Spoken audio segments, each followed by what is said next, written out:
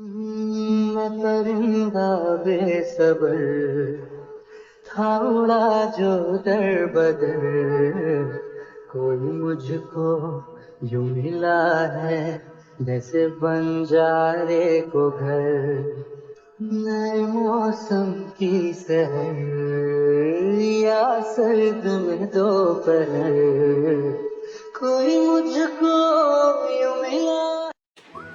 জুম্মার দিনে আসরের নামাজ শেষ করে দুরুদে তাসলিমা পাঠ করে মোনাজাত শেষ করে উঠতেই তে অনুভব করলো তার একটা পা দুটো ছোট ছোট হাত এসে আঁকড়ে ধরে আছে, সাথে খিলখিল করে হাসির বিচরণ করছে তার পুরো রুম জুড়ে। মাথা নিচু করে সেদিকে তাকাতেই তে দেখলো আদিল খিলখিল করে হেসে মাথা উঁচিয়ে তার দিকে তাকিয়ে আছে।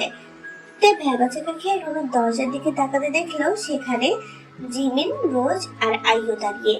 তে আরেক দফা বিস্ময়ে পড়ে গেল, তবুও সে কোনোভাবে জিজ্ঞেস করে, তোমরা সবাই একসাথে আমেরিকা থেকে দেশে কি করে ফিরলে, কখন ফিরলে? আইয়ু তের মাথায় গাট্টা দিয়ে বলে, উটের পিঠে করে ফিরেছি আর চাঁদের রাতে ফিরেছি। আইয়ুর উত্তরে তের চোখ ছোট ছোট করে তাকাতেই রোজ বলে, আইয়ু তোমার সাথে রেগে গিয়েছে তাই এমন করে কথা বলছে, বলে আসনি কেন? আমরা জাঙ্কুকের সাথে এক প্লেনেই ফিরেছি। ও বলেনি তোমাকে? শুধু আমরা না, বরং যেই হক ওর পুরো ফ্যামিলি নিয়ে দেশে ফিরেছে, ওদের সাথেই আইয়ু ফিরেছে। তে মুখ ছোট করে বলে, উনি কখনো কিচ্ছু বলে না আমাকে। সমস্যা নেই, এখন তো বলে দিলাম। এমনকি দেখো, দেখা করতেও চলে এলাম। তে আদিলকে আলতো করে কোলে তুলে নিয়ে রোজকে প্রশ্ন করে, তোমরা কয় মাসের জন্য এখানে আছো? আমরা ঠিক করেছি বাংলাদেশে নিজেদের বিজনেস অফিস সব ট্রান্সফার করে নিব। যেহেতু জাঙ্কুক একেবারের জন্য ফিরেছে আর যে হব বিয়ে করে বাংলাদেশেই থাকবে, তাই আমি আর ইয়োনো সুগা মিলে এই সিদ্ধান্ত নিয়েছি। আমাদের কথা হলো আমরা যে দেশেই থাকি না কেন একসাথে থাকবো। তখনই জিমিন প্রফুল্ল হেসে বলে, অন্তত তাদের বন্ধুত্বের উসিলায় আমরা তিন বান্ধবী আবারও এক হয়ে থাকতে পারবো। কিন্তু তোর আব্বু আম্মুর সাথে দেখা করবি কি করে? জিমিন দুষ্টু হাসলো। তারাও ঠিক করেছে কয়েক মাসের মধ্যে দেশে ফিরে আসবে। তুই তো জানিসই সুগার আব্বু আমার আব্বুর বেস্ট ফ্রেন্ড। দেশে ফিরলে তারা একে অপরের সাথে সময় কাটাতে পারবে। বিদেশের মাটিতে তো আর আপনজনদের পাওয়া যায় না। আপনজনদের টানে তারা এবছর পর ঠিক করেছে আল্লাহ যে কয়দিন হায়াত দান করবে সেটুকু সময় নিজের দেশের মাটিতে কাটিয়ে দিবেন। প্রাণবন্ত হাসলো। অবশেষে তাহলে আমরা সবাই আবারও নিজেদের দেশে একসাথে জড়ো হলাম। যাক, আলহামদুলিল্লাহ, আল্লাহ যা করে ভালোর জন্য করে। হ্যাঁ, ঠিক বলেছিস। তখনই রোজ বলে, জানো, আমেরিকায় জাঙ্কুকের ফ্যানরা তো শোরগোল পাকিয়ে দিয়েছে যখন থেকে তারা জেনেছে জাঙ্কুক তার সিঙ্গিং প্রফেশন থেকে বিরতি নিয়েছে। তারা সবাই এই বিষয়ে অনেক নারাজ। কি? তিনি বিরতি নিয়েছে? কতদিনের জন্য বিরতি নিয়েছে তা কেউই ঠিক করে বলতে পারেনি। আমি কখনো ভাবিনি ও হুট করে এমন একটা সিদ্ধান্ত নিয়ে নেবে যেখানে ও নিজের প্রফেশন নিয়ে অনেক সিরিয়াস। আমি তো আরো অবাক হয়েছি এটা জেনে যে জাঙ্কুক নিজেদের কোম্পানিতে জয়েন করেছে। এই পথে জাঙ্কুকের বিরতি সাময়িক হলেও তার দেখে স্বস্তি দিল। তে প্রাণবন্ত হেসে আইয়ুর দিকে ঘুরে বলে, তুই কি এবার রাগ কমিয়ে আমাকে জড়িয়ে ধরবি নাকি না সেটা বল। তে আদিলকে কোল থেকে নামিয়ে বিছানায় সযত্নে বসিয়ে দিল। আইয়ুকে গিয়ে জড়িয়ে ধরলো। জিমিনও সাথে যোগ দিল। তিন বান্ধবী তখন পুরো স্মৃতি মনে করে একসাথে হেসে ফেললো। আইয়ু তার রুমের খাটে শুয়ে শুয়ে ফোন টিপছিল। তখনই হঠাৎ তার মা আফসানা বেগম এসে খাটের এক কোণে বসে। আইয়ুকে জিজ্ঞেস করে, একটা কথা বলতো, তোর কি কোনো পছন্দ আছে? হঠাৎ তার মায়ের এমন কথায় আইয়ু কপাল কুঁচকে শুয়ে থাকা থেকে উঠে বসলো। আমার পছন্দ থাকলে তো তুমি জানতেই, হঠাৎ এই প্রশ্ন কেন আম্মু? তুই না বলেছিলি তোর জন্য ছেলে দেখতে, তোর জন্য আমরা ছেলে দেখেছি। ছেলের নিজস্ব অনেক বড় কোম্পানি রয়েছে, দেখতে উঁচা লম্বা আর সুদর্শন। তোর বাবার আর আমার ছেলেটাকে অনেক পছন্দ হয়েছে। ছেলের পক্ষে থেকেও তোর ছবি দেখে সবাই পছন্দ করেছে। তারা বিয়ে পাকাপাকি করতে চাচ্ছে। তুই কি রাজি আছিস বিয়েতে? ছেলেটার ছবি দেখলে তোরও অনেক ভালো লাগবে। আয়ু ঠোঁটে হাসি রেখা প্রফুল্ল হলো। সত্যি আমার জন্য ছেলে দেখেছো তোমরা? এত জলদি দেখাও শেষ? ওয়াও, আমার ছবি দেখতে হবে না, তোমাদের পছন্দের ওপর আমার বিশ্বাস আছে। আমার তো শুধু বিয়ে করা দিয়ে কথা, আমাকে দিয়ে এর আগে বিয়ে করতে হবে। আমি ওকে কথা দিয়েছি যে আমি ওকে টেক্কা দিয়ে আগে বিয়ে করে দেখাবো। ও বললো সামনের মাসে নাকি ওর আর বকুল ভাইয়ের কাবিন, আর আমি তার আগেই বিয়ে করতে চাই। মা, জলদি জলদি সব পাকাপাকি করো তো। তবু তোর নিজেরও দেখে নেওয়া উচিত সারা জীবনের ব্যাপার। কেন, তোমরা কি আমার জন্য খারাপ ছেলে দেখবে নাকি? যেখানে তোমাদের পছন্দ হয়েছে সেখানে আমিও রাজি। এমন তো না যে আমার নিজস্ব পছন্দ করা কেউ আছে, তাই তোমাদের যাকে ভালো লাগে সেখানে আমি রাজি। বুঝে বলছিস তো?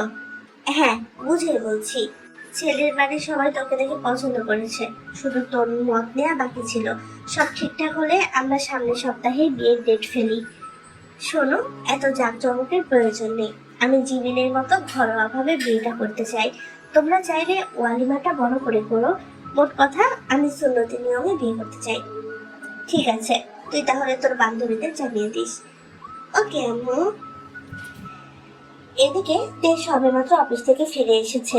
নিজের ব্যাগটা স্টাডি টেবিলে রেখে ভাবছে জাঙ্কুকের কথা। সে লক্ষ্য করেছে কিছুদিন যাবৎ জাঙ্কুক দেরি করে অফিসে আসছে, কিন্তু সে তো ঠিকই সকাল সকাল বের হচ্ছে রেডি হয়ে। তবে সে যাচ্ছেটা কোথায় সেটা ভাবার বিষয়। তে দোলামোলা করে জিজ্ঞেস করতে চেয়েও পারছে না, কারণ কয়দিন যাবৎ অফিসে থাকাকালীন জাঙ্কুক তার সাথে বেশ কর্কশভাবে কথা বলে। আগের জাঙ্কুক আর এই জাঙ্কুকের মাঝে এখন আকাশ পাতাল তফাৎ। আগের জাঙ্কুক আর যাই করুক, তের প্রত্যেকটা মতামতকে প্রাধান্য দিত, কিন্তু এখন সে থেকে কোনো বিষয়ে কথা বলার সুযোগই দেয় না। প্রত্যেকবার তাকে পাশ কাটিয়ে চলে যায়। তে তো চেয়েছিল জাঙ্কুক ওর থেকে দূরে সরে যাক, তাহলে এখন কেন জাঙ্কুকের অবহেলা তাকে ভেতর থেকে পোড়াচ্ছে? এইসব ভাবনার মাঝে আটকা থেকে তে কাবার থেকে জামা বের করে ওয়াশরুমে চলে গেল একটা লম্বা শাওয়ারের জন্য। শাওয়ার শেষ করে রিফ্রেশিং মাইন্ডে তে তার ফোনটা হাতে তুলে নিল আজকে নিউজ ফিড ঘাটতে। হঠাৎ স্ক্রল করতে করতে সোশ্যাল মিডিয়াতে ঝড় তোলা একটা ট্রেন্ডিং নিউজ তার সামনে এলো। ভিডিওটা একটা নিউজ চ্যানেলের সেলিব্রিটিদের কনফারেন্স, যেখানে জাঙ্কুক আর একটা সুন্দরী মেয়ের ইন্টারভিউ চলছে। মেয়েটা সম্ভবত দেশের সবচেয়ে বড় মডেল এবং অ্যাক্ট্রেস, তার নাম তানিশা। সেটা দেখে তে আতঙ্কিত কপাল গোছালো। তার নজর ফোনের স্ক্রিনে সীমাবদ্ধ। তারা কোনো একটা নতুন প্রজেক্ট নিয়ে কথা বলছে। ইন্টারভিউ শেষে জাঙ্কুককে মেয়েটা ভরা মজলিসে জড়িয়ে ধরে বলে তার নাকি এটা স্বপ্ন ছিল জাঙ্কুকের সাথে একসাথে কাজ করার। তে আরো অবাক হলো জাঙ্কুকের কোনো প্রতিক্রিয়া না দেখে। কোনো সময় হলে তো সে অন্য মেয়েদের সংস্পর্শ এড়িয়ে চলতো, কোনো মেয়ে গায়ে পড়তে এলে তাকে ঠেলে সরিয়ে দিত, কিন্তু আজ দিচ্ছে না কেন? তের ভিতর তখন খামচে ধরে। অভিমানে তার হৃদয় নীল হয়ে গেছে। সে ভাঙুর হৃদয় নিয়ে আরো ঘাটাঘাটি করে জানতে পারলো জাঙ্কুক আর এই মেয়েটার ওয়েব সিরিজ বের হতে চলেছে শীঘ্রই। এটা সেই প্রজেক্টেরই কনফারেন্স ছিল। তে নিজেকে আর নিয়ন্ত্রণে রাখতে পারলো না। তড়িৎ উঠে দাঁড়িয়ে মাথায় হিজাব পেঁচিয়ে দৌড়ে চলে গেল জাঙ্কুকের রুমে। জাঙ্কুকের রুমে গিয়ে দরজার খটখটাতেই ভেতর থেকে গম্ভীর চিরচরিত আওয়াজ ভেসে এলো, কাম। তে এক মুহূর্ত আর লেট করলো না, এগিয়ে ভেতরে যেতে দেখলো জাঙ্কুক উদম গায়ে ফ্লোরে পোশাক দিচ্ছে। তার বলিষ্ঠ সুঠাম পেশিবহুল শরীরে ঘাম চিকচিক করছে। তার সাথে সাথে চোখ নামিয়ে কঠিন কণ্ঠে বলে, mister Jungkook, please put on your shirt first, আমার কিছু বলার আছে। জাঙ্কুক একবার চোখ তুলে চাইলো তের দিকে, তারপর গভীর গলায় বলল, it's my room, so you can't order me. বললে এভাবে বল, অর ইউ মে গো। তে রেগে গিয়ে বলে, আপনি এমন কেন শুরু করেছেন? কি হয়েছে আপনার? জাঙ্কুক অনায়াসে এক ঝাপটায় উঠে শরীরে একটা শার্ট জড়িয়ে ধীর পায়ে তের দিকে এগোলো। তে চেয়েও মুখ তুলে তাকাতে পারছে না সেদিকে। জাঙ্কুক এগোতে এগোতে অনেকটা কাছাকাছি এসে পড়তেই তের ভেতরটা ধপ করে ওঠে। হৃদয়ে জোরে জোরে লাফাতে শুরু করেছে, যেন এক্ষুনি ছুটে বেরিয়ে আসবে। তে আতঙ্কিত কয়েক কদম পিছিয়ে যেতেই দেয়ালের সাথে ধাক্কা খেল। এই যাত্রায় তে আতঙ্কিত হয়ে বলে, প্লিজ দূরে সরে দাঁড়ান। জাঙ্কুক বাঁকা হেসে ফিসফিসালো, আমি না তোর জন্য পরপুরুষ? তাহলে এই রাতের বেলা পরপুরুষের রুমে কি তোর ভয় করছে না পরপুরুষের ঘরে আসতে? তে আত্মবিশ্বাস নিয়ে বলে, আমি জানি আপনি কখনোই এমন কিছু করবেন না। আপনি আমার স্বাধীনতাকে সর্বদা সম্মান করে এসেছেন। জাঙ্কুক মুখ অন্য পাশে ঘুরিয়ে নেয়। এত ওভার কনফিডেন্স ভালো না। জাঙ্কুকের কথা কানে না নিয়ে তে তার ফোনটা জাঙ্কুকের চোখের সামনে ধরে। স্ক্রিনে ভাসছে তানিশের জাঙ্কুককে জড়িয়ে ধরার দৃশ্য। তে অভিমান নিয়ে আহত গলায় শুধায়, এটা কি? জাঙ্কুকের সহজ সাবলীল উত্তর, স্পষ্ট দেখতেই তো পাচ্ছিস ইন্ডাস্ট্রি থেকে অনেক জোরাজোরি করছিল, তাই বাধ্য হয়ে রাজি হয়েছি। আপনি তাহলে এর জন্য এত ব্যস্ততা ছিলেন এতদিন? ছিলাম। করছেন না আপনি কোনো মেয়ের সাথে কাজ? কেন? অভিমানে তে তার হৃদয়িত জ্ঞান হারিয়েছে। কারণ আমি বলেছি তাই। আপনি অন্য কোনো নারীর সংস্পর্শে যেতে পারবেন না। জাঙ্কুক তার এক ভ্রু উঁচিয়ে সন্দেহজনক দৃষ্টি ফেলল। What does that bother you? তে জাঙ্কুকের দৃষ্টি উপেক্ষা করে মাথা ঘুরিয়ে বলে, কারণ এটা হারাম। জাঙ্কুক তার কথায় অটল। শুধুই কি হারাম বলে, নাকি অন্য কোনো কারণ আছে এখানে? তে মাথা নিচু করলো, না, অন্য কোনো কারণ নেই। জাঙ্কুক তে হৃদয়ের কথা মুখ থেকে বের করে আনতে কিছুটা বাড়িয়ে ছড়িয়ে পড়ল। অলরেডি অনেকটা শুট হয়ে গেছে এই সিরিজটার, অ্যান্ড ইউ নো হোয়াট, অনেক রোমান্টিক আর ক্লোজ ছিল আছে এটাতে। কথাটা শোনা মাত্রই তের চোখ দুটো কষ্টের জলে ভরে উঠল। মুহূর্তেই তার চোখ জলে টুটুম্বর, এক ফোঁটা নুনাজল গড়িয়ে পড়ল। সে তার লাল লাল চোখ নিয়ে জাঙ্কুকের দিকে তাকায়। আপনি এমনটা একদমই করতে পারেন না। অন্য নারীকে স্পর্শ করতে পারবেন না আপনি। আমি সেটা মেনে নিতে পারবো না। জাঙ্কুক এবার তার ধৈর্য হারিয়ে সোজাসুজি বলে, কেন মানতে পারবি না? এমন কি আছে আমাদের মাঝে যে মানতে পারবি না? আমি অন্য নারীকে স্পর্শ করলে তোর চোখে পানি আসার কারণ কি? তাহলে কি তুই ভালোবাসিস আমাকে? এটা তোর বল।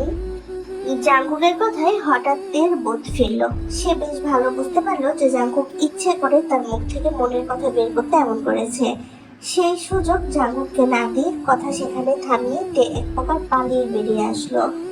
জাঙ্কুকও তাকে যাওয়া থেকে আটকালো না, শুধু বিড়বিড় করে বলল, আমি তো আমার শখের নারীকে এখন পর্যন্ত ছুঁয়ে দেখিনি, সেখানে অন্য নারী তো অসম্ভব। তুই কি বুঝবি? তুই ব্যতীত এই জীবন জাঙ্কুক খান কখনো অন্য নারীর দিকে চোখ তুলে তাকাতে পর্যন্ত প্রয়োজন বোধ করেনি। অন্যদিকে তে নিজের রুমে এসে দরজা লাগিয়ে জোরে জোরে শ্বাস নিচ্ছে, যেন একটুর জন্য দম ফুরিয়ে যেত তার। আজ হয়তো সে একটু বেশি বেশি করে ফেলেছে, নিজের আবেগকে ধরে রাখতে ব্যর্থ হয়ে পড়েছে সে। তাহলে কি জাঙ্কুক বুঝে ফেলেছে তার মনের খবর, তার দুর্বলতা? না, এমনটা হতে দেওয়া যাবে না। জাঙ্কুক বুঝে গেলে তে আর নিজেকে শক্ত রাখতে পারবে না। তাই সাথে সাথে উজু করে জায়নামাজ বিছিয়ে নফল আদায় করে, আল্লাহর কাছে ক্ষমা চাইতে লাগে।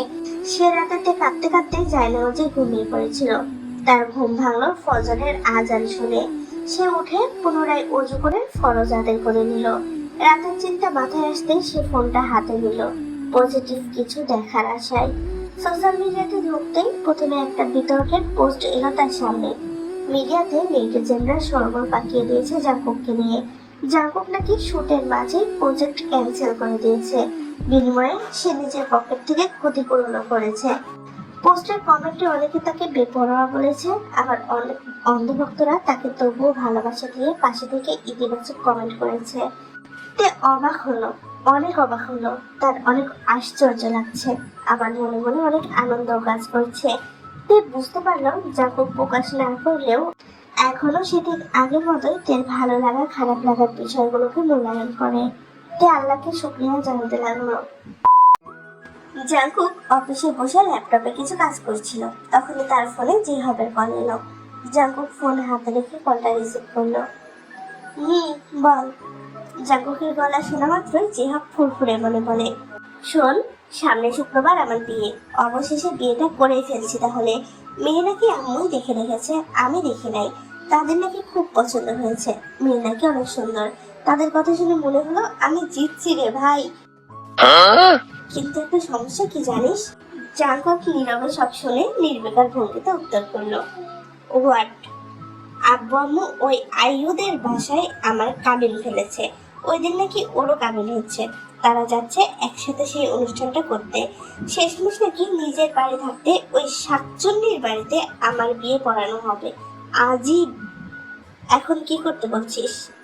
কি আর, আমার বিয়েতে এসে আপনার পদার্থটি ফেলবেন এটাই? আচ্ছা, ফেলবো নি, যা। তা তুই কবে বিয়ে করছিস?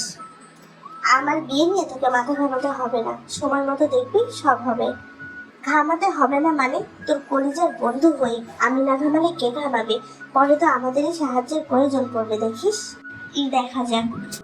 অন্যদিকে অফিসের কাজে ব্যস্ত থাকা অবস্থায় তার ফোনে আইয়ুর কল এসেছে। তে ফোনটা তুলতেই আইয়ু সালাম দিয়ে অকপটে বলে, এই শোন তে, সামনে শুক্রবার আমার বিয়ে, তোদের সবাইকে থাকতে হবে। তে অবাকে চরম পর্যায়ে, কি? আন্টি ছেলে দেখলেই বা কবে? তোর বিয়ে ঠিক আর তুই আজকে বলছিস আমাকে? আরে না, সব হঠাৎ করে হয়ে গেছে। আমি তোকে বলেছিলাম না তোর আগে বিয়ে করে দেখাবো। দেখ, আগে আমার বিয়েটা হচ্ছে। তে কিছুটা হাসলো। আমি অনেক খুশি হয়েছি, শুভকামনা রইলো। কিন্তু ছেলের খোঁজ খবর নিয়েছিলি, সে কেমন? আব্বু আম্মু সব করেছে, তাদের পছন্দেই বিয়ে করছি। আচ্ছা, ঠিক আছে। আজকের দিনটা শুক্রবার। তে মাত্র তৈরি হয়ে নিচে নামলো। নামতে দেখলো জাঙ্কুকু শুভ্র পাঞ্জাবি পরে সে তার হাতার গোছাতে গোছাতে বাহিরের দরজার দিকে এগোচ্ছে। তাকে অনেক মানিয়েছে পাঞ্জাবিটাই। তে তখন পিছু ডাকে, দাঁড়ান জাঙ্কুক ভাই, আমাকে একটু আইয়ুদের বাসায় দিয়ে আসতে পারবেন? আপনি তো সেখানেই যাচ্ছেন জিহাব ভাইয়ার জন্য, তাই না? জাঙ্কুক পেছন মুড়ে তেকে এক পলক দেখে বলে, আয় আমার সাথে। তে জাঙ্কুকের পিছনে গেল। জুম্মার নামাজ পড়ে জিহাবকে মসজিদে কবুল পড়ানো হবে, তাই ছেলেরা সবাই মসজিদে চলে গেল। আইয়ুকে বাসায় কবুল পড়ানো হবে। জোহরের নামাজ পড়ে আইয়ুকে সাজিয়ে দিয়ে তে, জিমিন আর রোজ আইয়ুর পাশে বসলো। আইয়ুকে একটা অলিভ কালারের গ্রাউন পরানো হয়েছে, সাথে ম্যাচিং হিজাবের উপর কিছু অর্নামেন্টস। মুখে মার্জিত মেকআপ, খুব বেশিও না আবার কমও না। তাকে দেখতে অনেক মিষ্টি লাগছে আজ। যে হক শুভ্র পাঞ্জাবির সাথে মাথায় পাগড়ি পড়েছে, যেহেতু সে বর। আজ সে খুশিতে অন্যরকম ভাব নিয়ে চলছে। আর তা দেখে পাশে থাকা ইউনো আর সুগা তার মজা নিচ্ছে। ইতিমধ্যে জুম্মার নামাজ শেষে জেহাবকে কবুল পড়ানোর পর আইয়ুকেও কবুল পড়ানো হবে। আইয়ুর মনে খটকা লাগে, যেহেতু জেহাব আর তার বিয়ে একসাথে পড়ানোর কথা, সেহেতু জেহাবের বউয়েরও তো তার পাশেই উপস্থিত থাকার কথা। আইয়ুকে কবুল পড়ানোর সময় যখন জেহাবের নাম নেওয়া হচ্ছিল, তখন আইয়ুব চমকে উঠে বাকিদের দিকে তাকায়। কিন্তু সবার ভাবভঙ্গি স্বাভাবিক দেখে সে মনকে বুঝিয়ে বলে, এই নামে তো আরো মানুষ থাকতেই পারে। অন্যদিকে জেহাবের বিয়ের খুশিতে অন্য কোনো কিছুতে মনোযোগী নেই, সে আছে নিজের আনন্দে। কিন্তু আসল বিপত্তি ঘটে তখন, যখন কবুল পড়ানো শেষ হলে দুজনকে একসাথে বসানো হয়। আইয়ু জেহাবকে তার পাশে বসতে দেখে চট করে উঠে বসে। তখন জেহাবও আইয়ুকে দেখে চিৎকার দিয়ে ওঠে। সবাই ওদের কাণ্ডে স্তম্ভিত। আইয়ু বলে, এই, আপনি আমার পাশে কেন বসেছেন? আপনার বিয়ে করা বউ কই? জেহাবও আইয়ুর সাথে সুর মেলালো, তুমি আমার পাশে কেন? আমার বউ কই? তখন সকালের মাঝ থেকে আইয়ুর মা এসে বলে, তোমরা দুজনই একে অপরের নামে কবুল পড়েছ, কেন কবুল পড়ার সময় খেয়াল করনি? আইয়ুর তখনকার কথাটা মাথায় এলো। এমন পরিস্থিতিতে আইয়ুর সাথে জিমিন সহ বাকিরাও ভেড়াচোখা খেলো। তখন জেহাবের মা বলে, তোরা তো আমাদের সামনে ঝগড়া করতি, আর আমাদের অবর্তমানে একে অপরের সাথে ভাব ঠিকই ছিল। আমি দেখেছি, আমরা ঘুমিয়ে যাওয়ার পর মাঝরাতে তোরা রান্নাঘরে রান্না করে একসাথে বসে খাচ্ছিলি আর হেসে হেসে কথা বলছিলি। ভাব না থাকলে কি এমনটা করতিস? যে কেউ দেখলে বলতো তোদের মধ্যে সম্পর্ক আছে। আর এরপর দুজন একসাথে বিয়ের কথা বলাতে আমরা ভাবলাম আমাদের তোদের দুজনের বিয়ের ব্যাপারে ইঙ্গিত দিয়েছিস তোরা। আর এমনিতেও আমরা যখন তোদের বারবার বলেছিলাম ছবি দেখে নিতে, তোরা দেখিসনি, তাহলে দোষটা কার বলতো?